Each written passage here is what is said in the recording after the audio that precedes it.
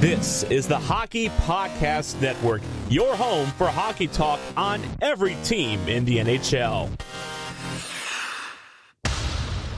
Hey, hockey fans, you know the ins and outs of hockey. It's time to turn that knowledge into cold, hard cash. You can do that at mybookie.ag. Nobody gives you more ways to win than MyBookie. They have the very best payouts and better odds than any of the other sports books. You can risk a little or lay it all on the line.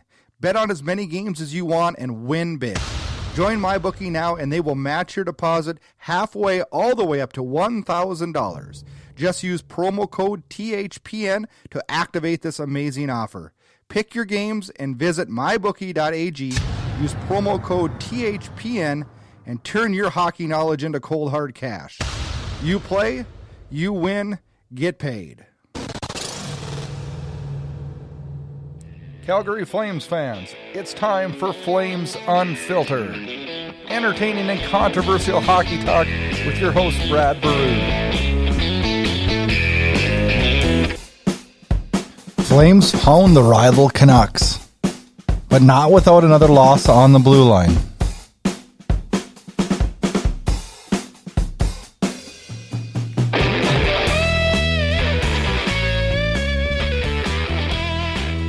Welcome to Flames Unfiltered, episode number 39, recorded on February 9th, 2020. I am the host of the show, Brad Baroud, and I don't even know how I feel about this team anymore. Do you guys know how you feel about this team? Because it is an up and down world these days in Calgary.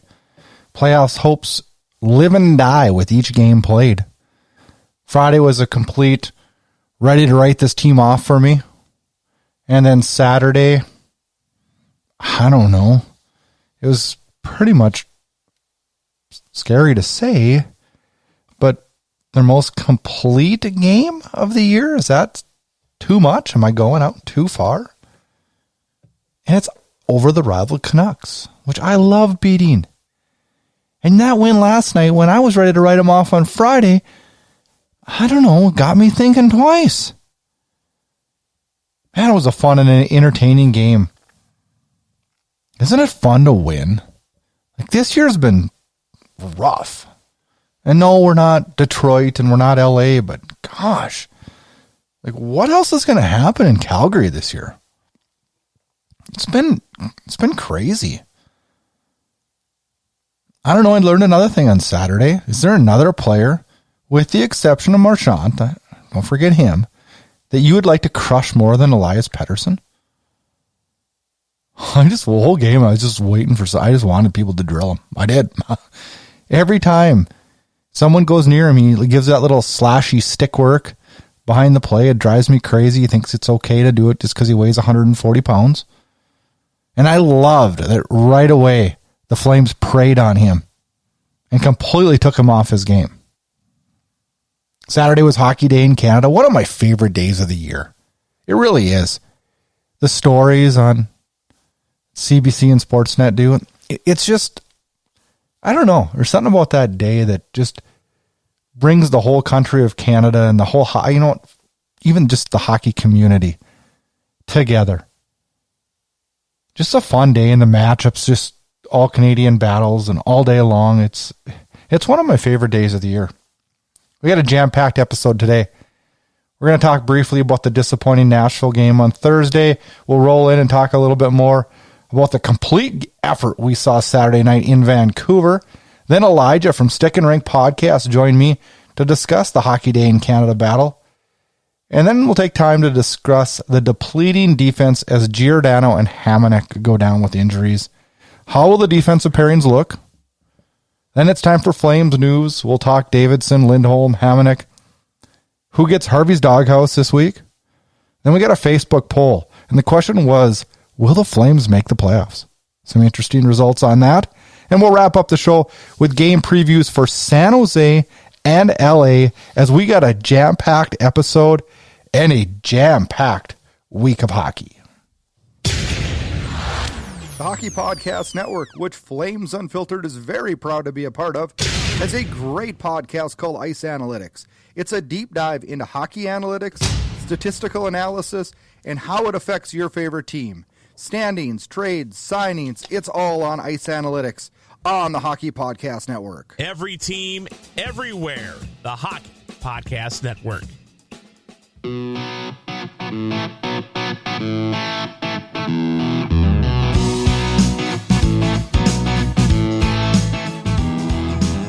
All right, time to recap some games. Thursday night, Nashville came to Calgary. I was actually kind of pumped for this game. I wanted to see how we responded from that disastrous San Jose game. And I don't know. I don't think we were horrible. Defensively, I thought we were good. But boy, did we lack everything on offense. It just lacked intensity, didn't it? Sam Bennett got us on the board right away, just 33 seconds in. Gotta love it when that happens. Hamonic with the assist, Backlund with the assist. And then, you know what? Just when it is, you see this team get up, which hasn't happened very often this year. Dante Fabro scores his 5th for Nashville, 1-1, just a minute 10 later. Kyle Turris adds his 7th of the year at the 11:43 mark on kind of a goofy one, and it's 2-1 Nashville.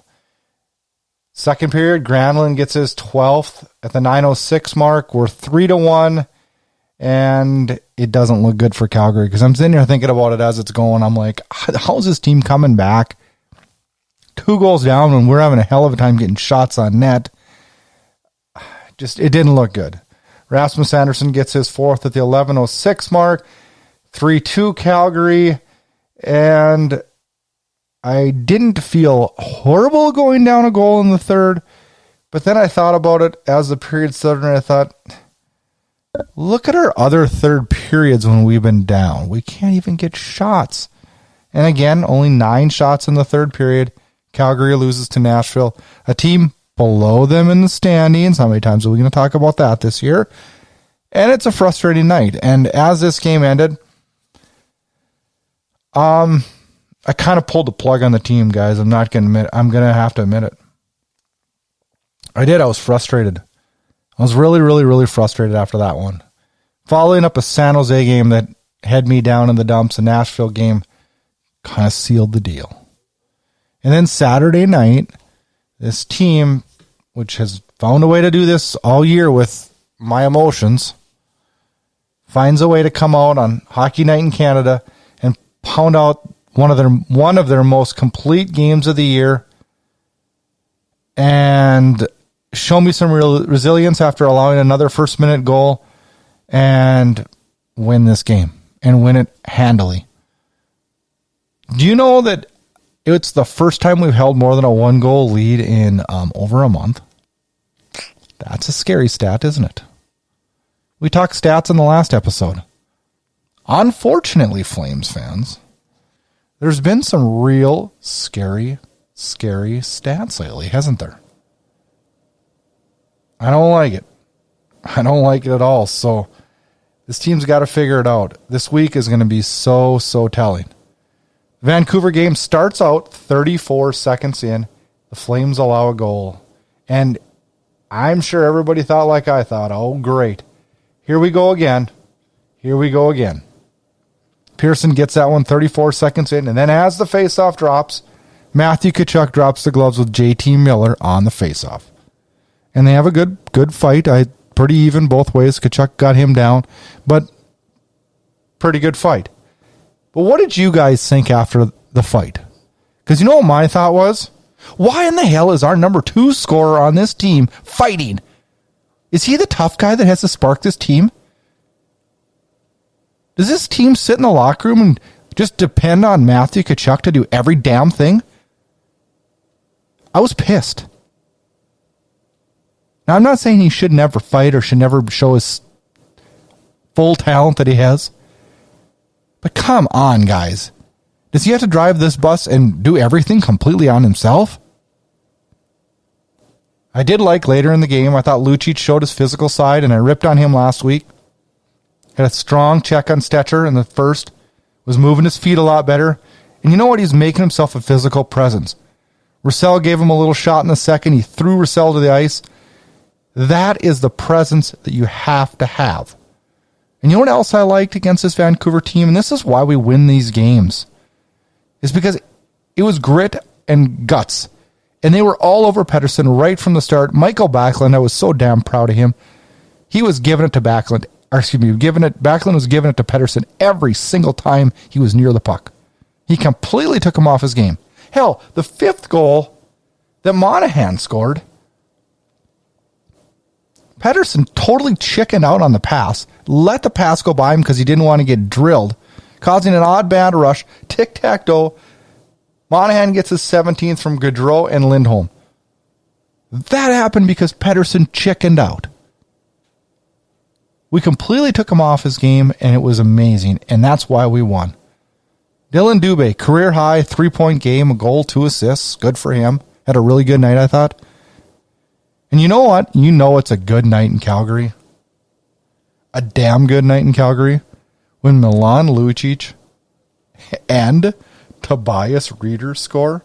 Yeah, that's a good night.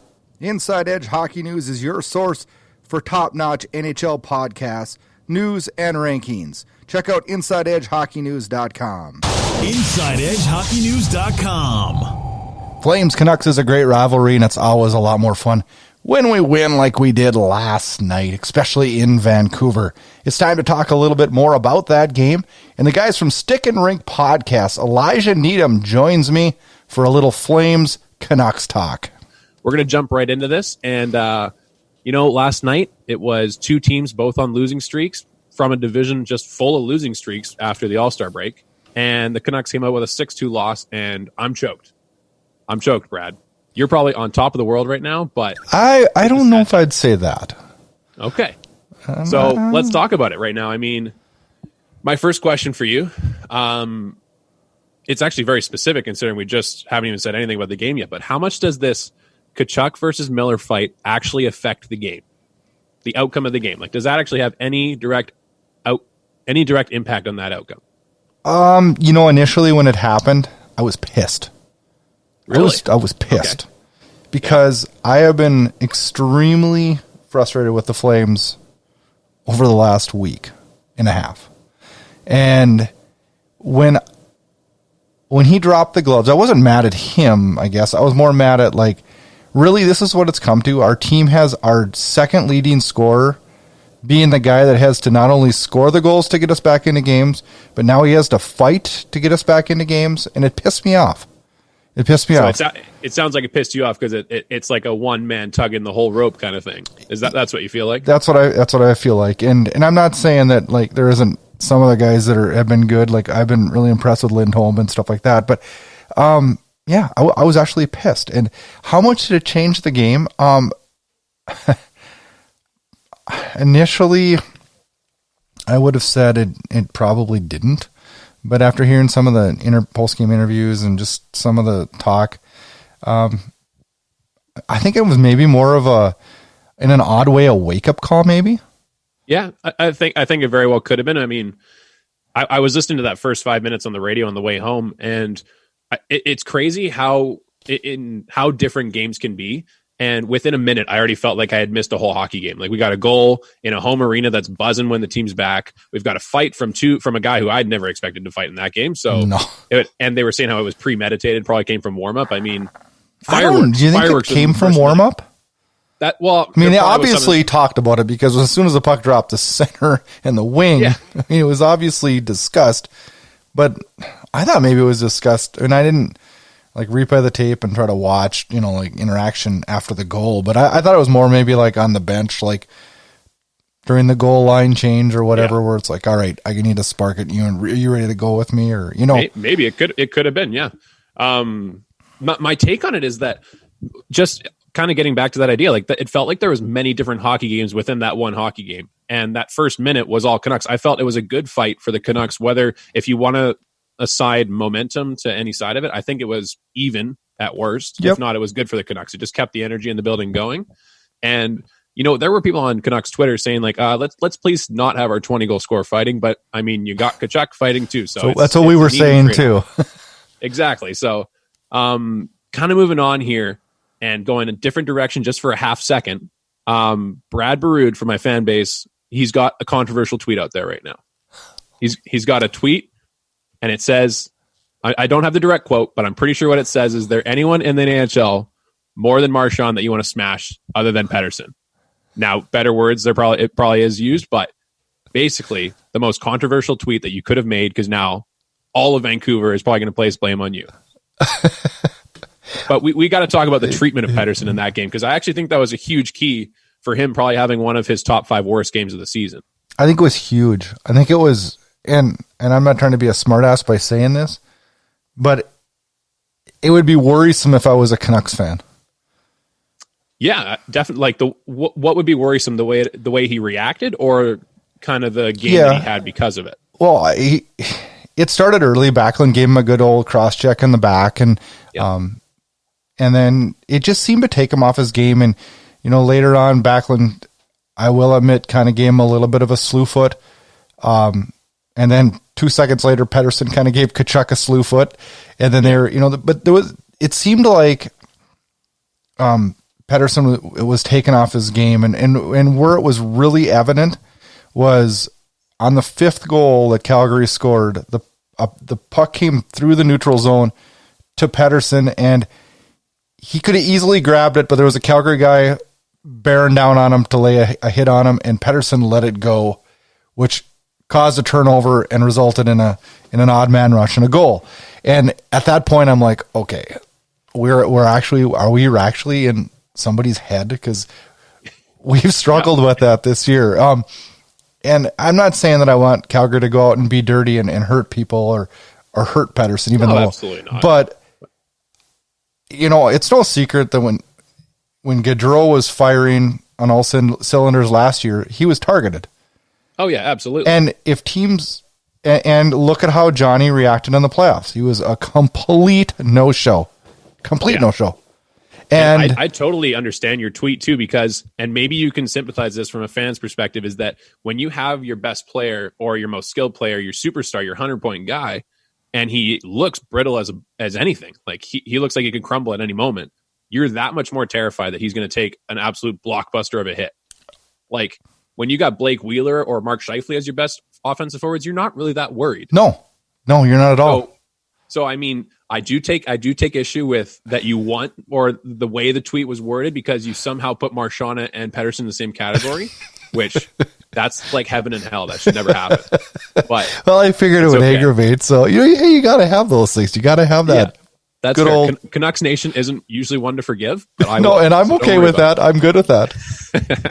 Okay, so and just to kind of sum up my opinion of the treatment of Pettersson, I mean, I think it's one thing. It's one thing to analyze the way it's happening and that it is going uncalled the entire time. But this is what I'm going to say is that that Scott Oak clip that he did in the intermission or at the end of the game, I don't know when it was. I think it was near the end of the game. Second intermission, right? Yeah, somewhere around then. Almost, I think there was the first play I had issue with, maybe one of the first ones, and every other thing I was okay with. And in fact, I would even go as far as to say that all of those plays, even together, I don't mind as much as the one Grizzly hit that they had in the Bruins game the other day that was like 2.5 seconds late. Like I would much rather the Canucks have a bench brawl towards that one hit than get a penalty for any of those plays against Pettersson in the Calgary game. Did it bother you that there was no reaction when Grizzly hit him? I like the little cross checks here and there, maybe the slew foot or maybe any kind of anything that knocks him down viciously. That kind of, I think there should be something. There doesn't have to be a fight. There has to be some sort of conversation. I'm with you. Yeah. But it did seem like a concentrated team effort. Like there wasn't one flame, No, I thought Backlund was really hard on him last night, which is very un-Backlund like. If you, I mean, it really is. So maybe the Canucks are double teaming. I've never seen Backlund do this. So, I mean, I was actually like giving him props, because that's very uncharacteristic of him. But it wasn't like Lucic was bearing down on him, or we weren't like sending goons after him. I mean, we had normal players just making his life rough, and isn't that what you're supposed to do? And yeah, absolutely. And I think it was big. But when you see your best player neutralized like that, of course, the nation's going to get all up in arms about it. So I kind of have a hot take on the game, and maybe just my coaching tip for Calgary here is, and it's kind of a statement, is the Flames team better when Gaudreau is not the scorer or not the guy to finish the play? Like, it seemed like he had a great game setting up every play and being a dangerous guy on the ice, but finding other people. And it seems like the games that I watch of the Flames, which are very few and far in between, it seems like Tkachuk is the driver of the offense, and Gaudreau, if he's, I don't want to say the second, but if he's not looked at as like the McDavid of the Flames, then it seems like your team has more success. Is that completely out of nowhere? We haven't had a lot of success this year with Gaudreau, period. And I thought he was okay Saturday, but I don't think he was even close to the levels he was last year. Oh, definitely not. I think Tkachuk's a big driver for the offense, but I think our biggest driver, honestly, is Lindholm. I really feel that. And now last night, Lindholm was repaired up with Gaudreau and Monahan, which he played 98% of last year. And I've been really critical of Jeff Ward in line shuffling. I understand why coaches do it, but I think that you have to develop some kind of consistency and work through some good times and bad times as a group with consistent lines to have long-term success. And we've been real quick to be like, oh, haven't scored. It's the end of the first period, and now we need to throw them in a blender. And I think last night, just Gaudreau, I think Gaudreau looked better just because he had Lindholm and Monahan going next to him. And but if I could have the Johnny Gaudreau back of the first half of last year, I would definitely take that back.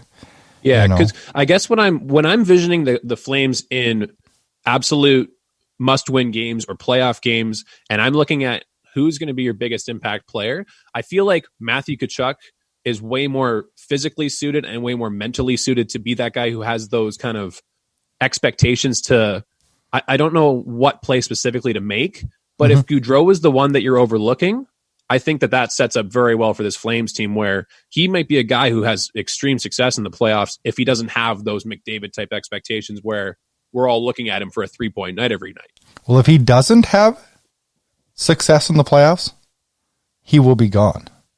Yeah, like that. Is that a fact?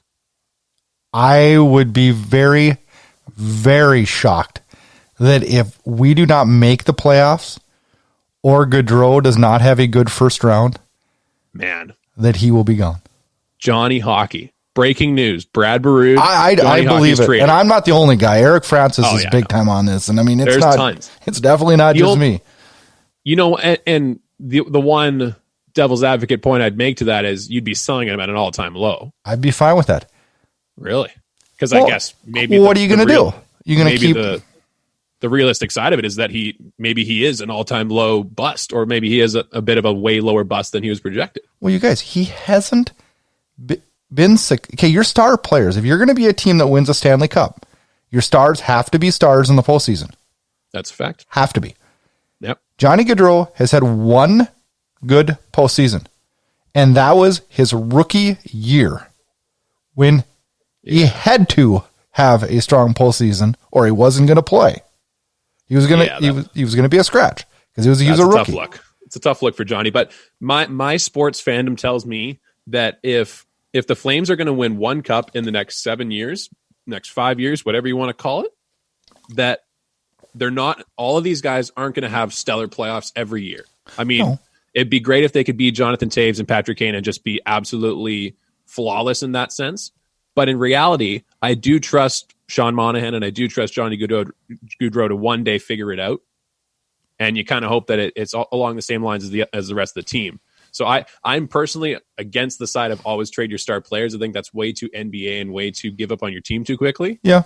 But Flames Nation, they have a right to think their own opinions, whether or not they're completely wrong or not. I'm not ready to give up on him, but I don't know how long you can wait. True. Because if we wait on him another year, we could get nothing in return. I mean, we got to move him while he has some term, because that's our bargaining chip. Is the term at his price. So what's his price right now? 6'4", 6'5". Ooh. So you see what I'm saying? Yeah, that's our bargaining. 100-point guy. If he's even an 80-point guy, that's a nice term to be moving. So, and I'm not saying I want to. If I was Brad Living, then I would be pulling the trade right now. That's not what I'm saying.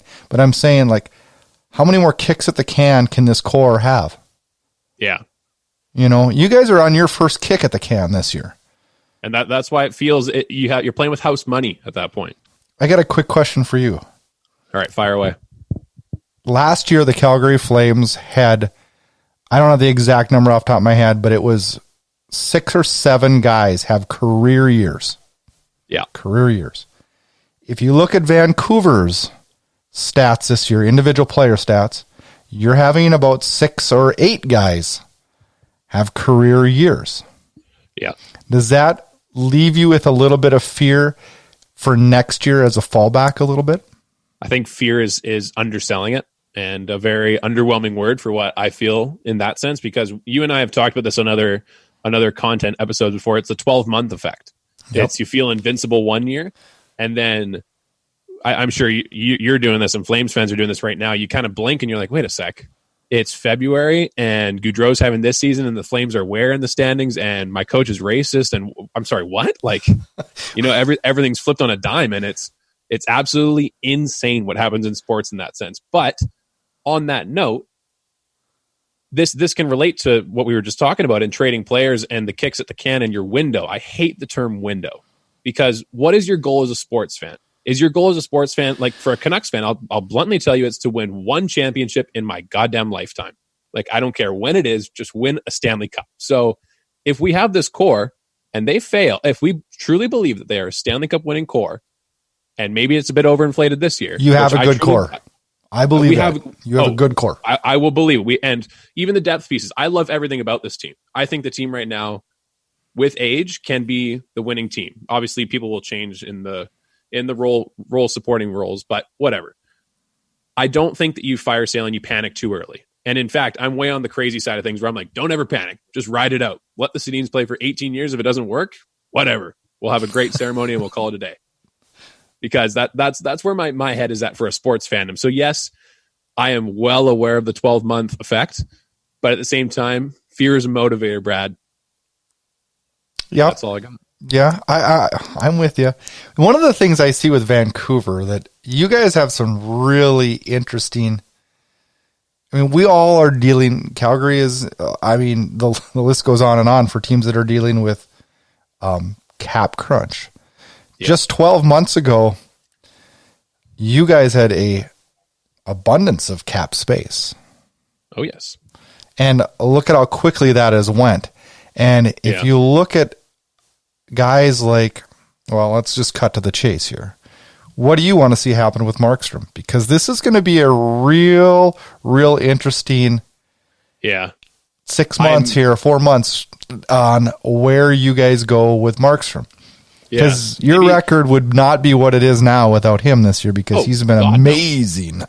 And touching on the game that just happened last night, I originally thought, just from radio and watching initial highlights and reading some things, okay, he was a bit rough. He let in a couple goals, but it seemed like he was just fighting the puck in the first period. And then I watched some of the rest of the highlights, and he was the only reason that game was not 12-2. Yeah. So, yeah.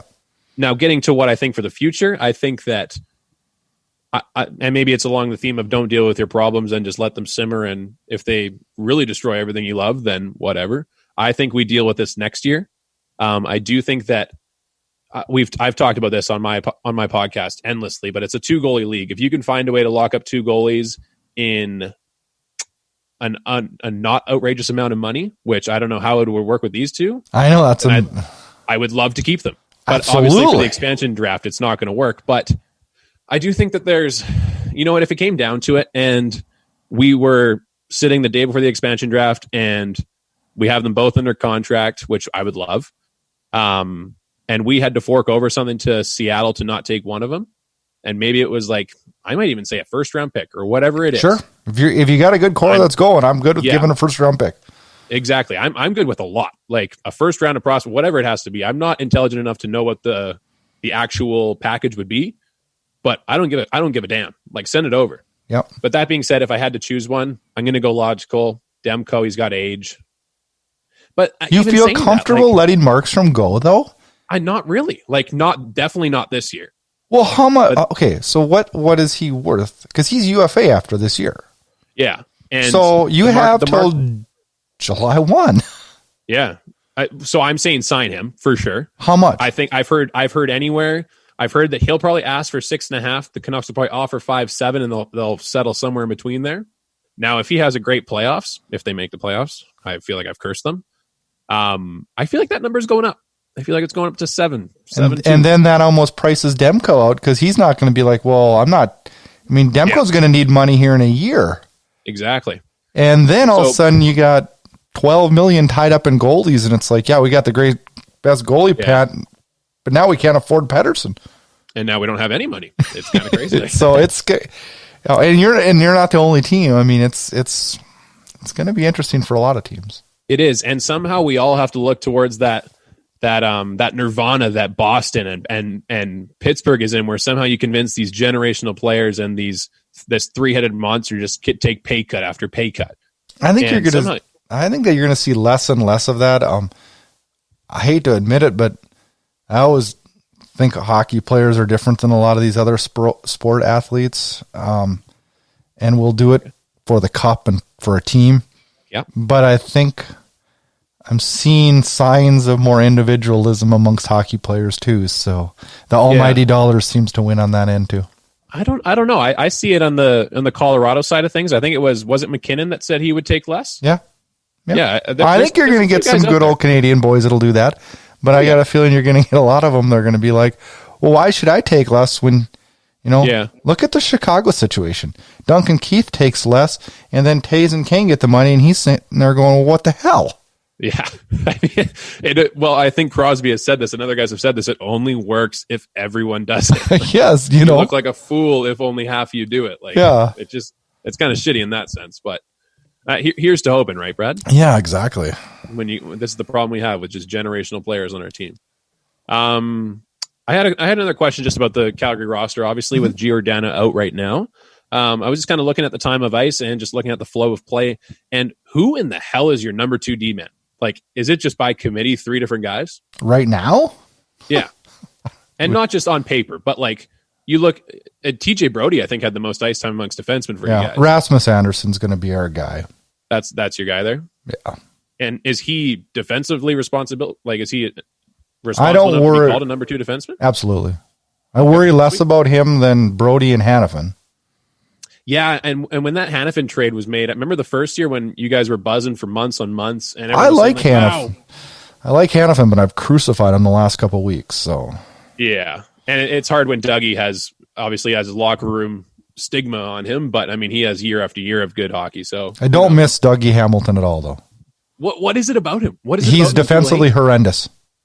Okay. See, one of the things that I get in a lot of arguments with my buddies on is when it comes to defensemen is I want my defensemen to put up points, but I'll trade some of the points for not shitty turnovers.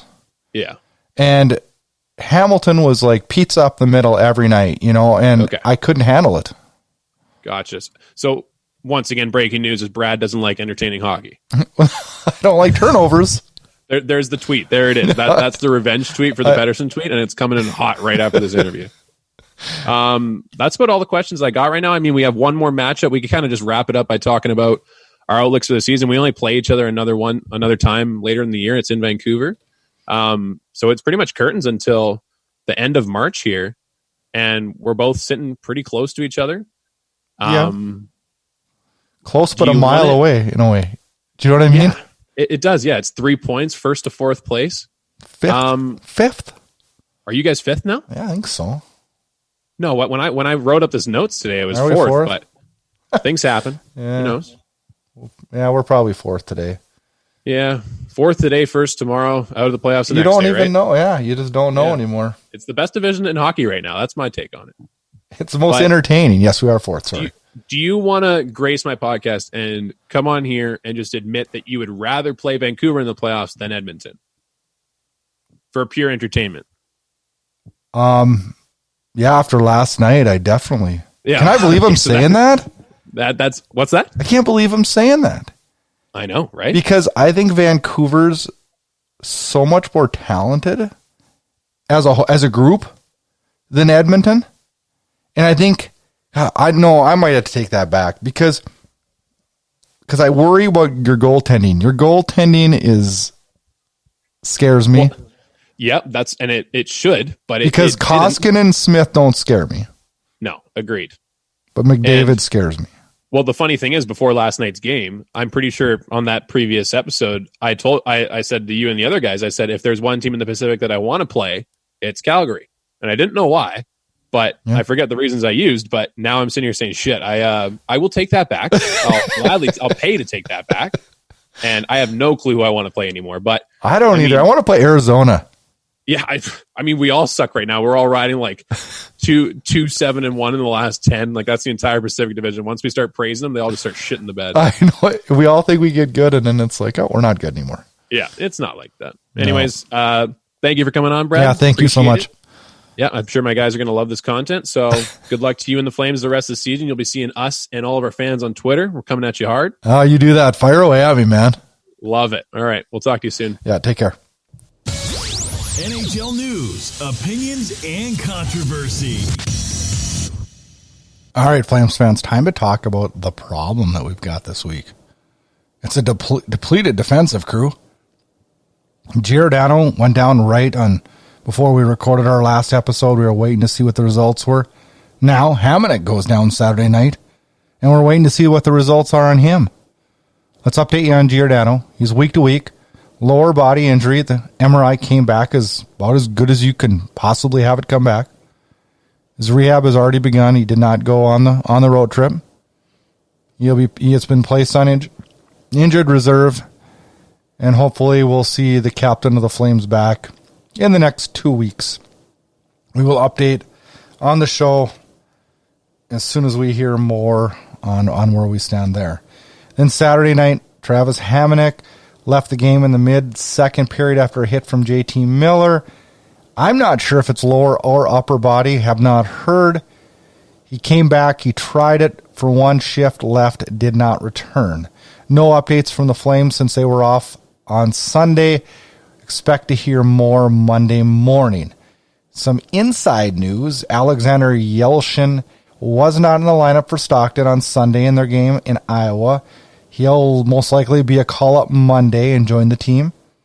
Also received multiple reports that Travis Hamonic was on an airplane flying back to Calgary today and is currently not with the team, which leads me to believe that this injury is just a little bit more serious than a day-to-day thing, more probably like a week-to-week thing.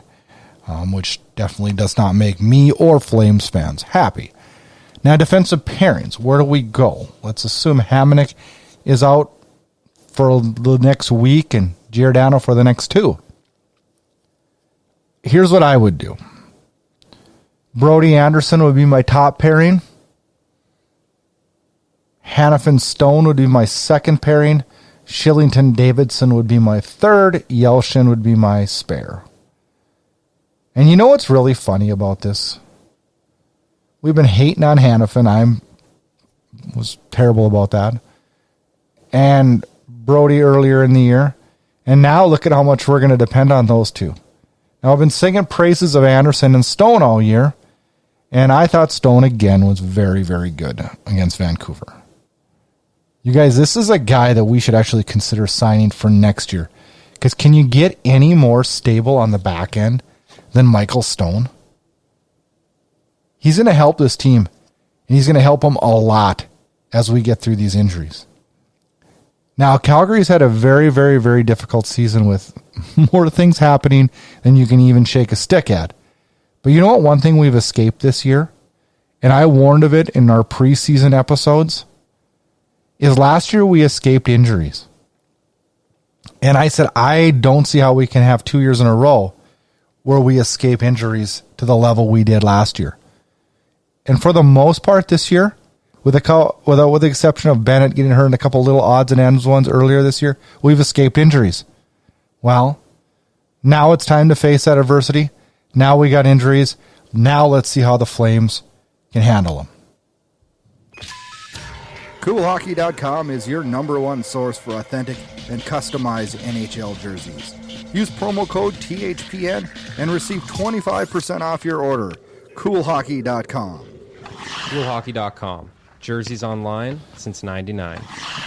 All right, Flames fans, a little bit of Flames news.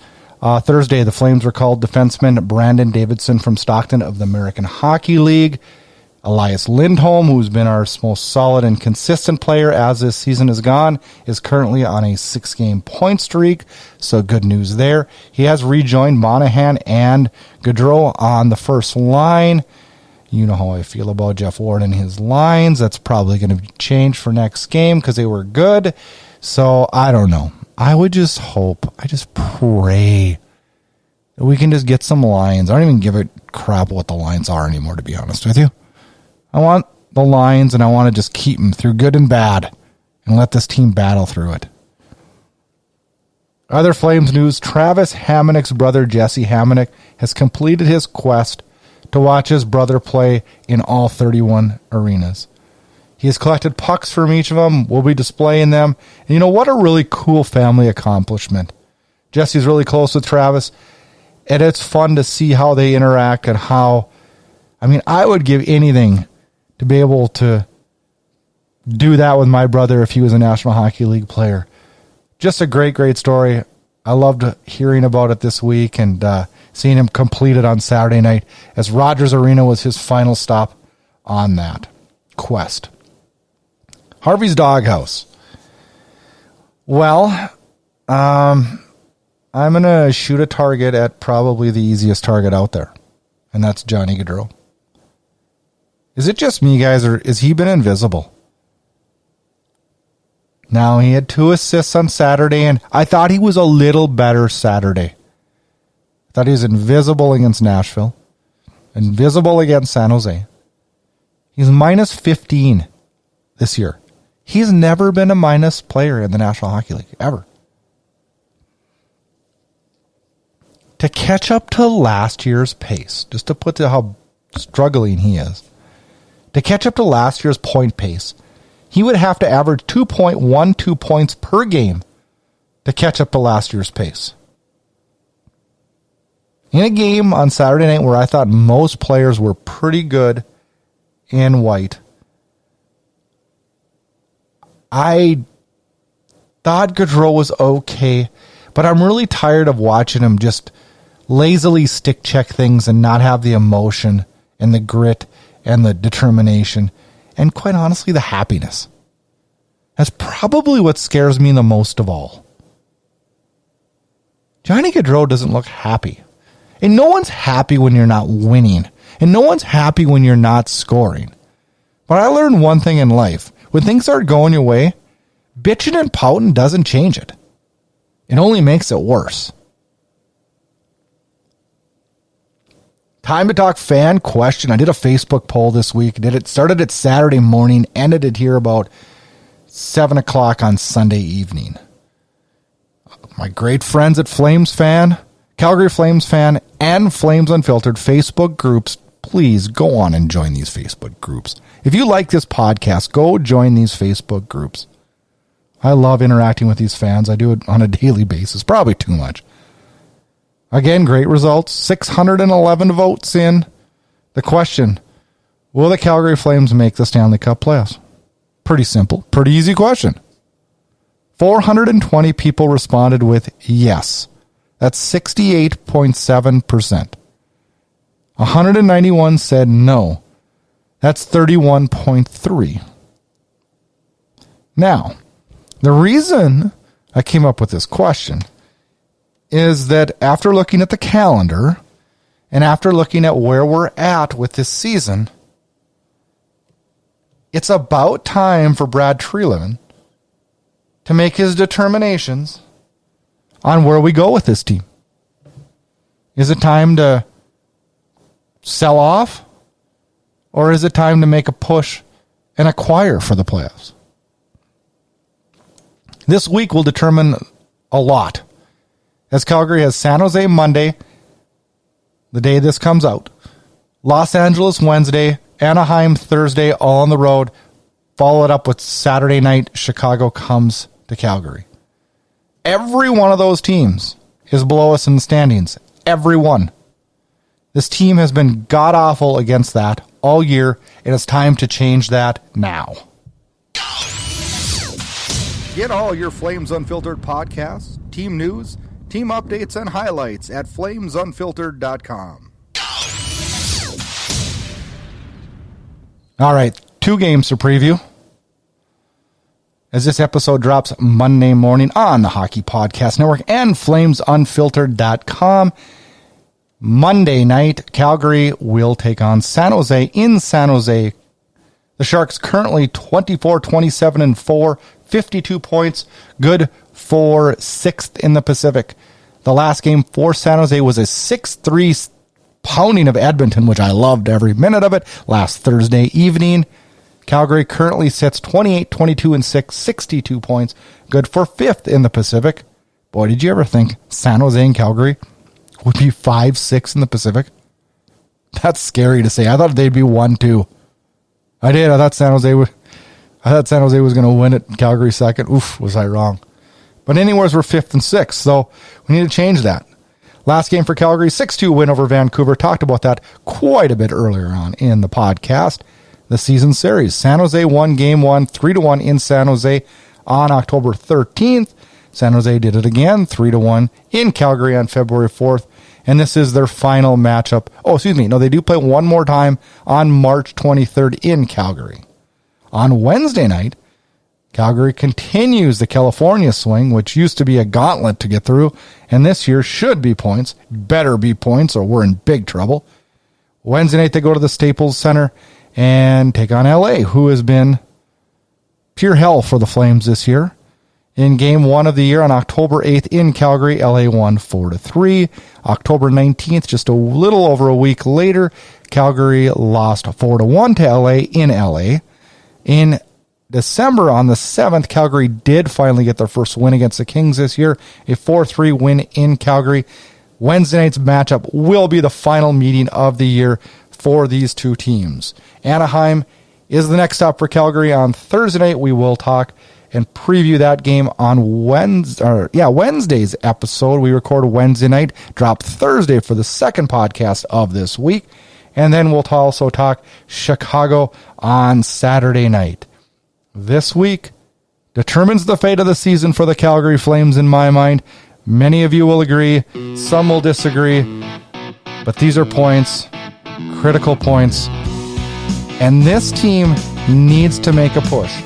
It's crazy to think that we are in 5th place right now, the final wild card spot, and really in the division, we are only 3 back of the leader, Vancouver. It's been a crazy, crazy year in the Pacific Division, and this week, it's must points for the Calgary Flames. Get connected. Flames Unfiltered can be found on Twitter @FlameUnfiltered. And also make sure you check out our Facebook page @FlamesUnfiltered. Check out host Brad Brood on Twitter @BradBrood. And if you like what you hear, rate and review us on Apple Podcasts. You can find Flames Unfiltered on all the major podcast players. Consider subscribing to the Inside Edge Hockey News on Patreon. That'll get you exclusive content and much more. Thanks again and enjoy the hockey.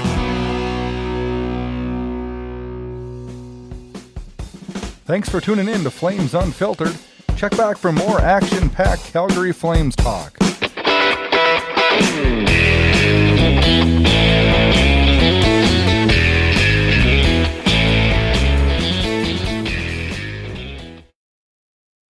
You're listening to the Hockey Podcast Network on Twitter @HockeyPodNet. New episodes every Monday and Thursday. Download at thehockeypodcastnetwork.com or wherever you get your podcasts from.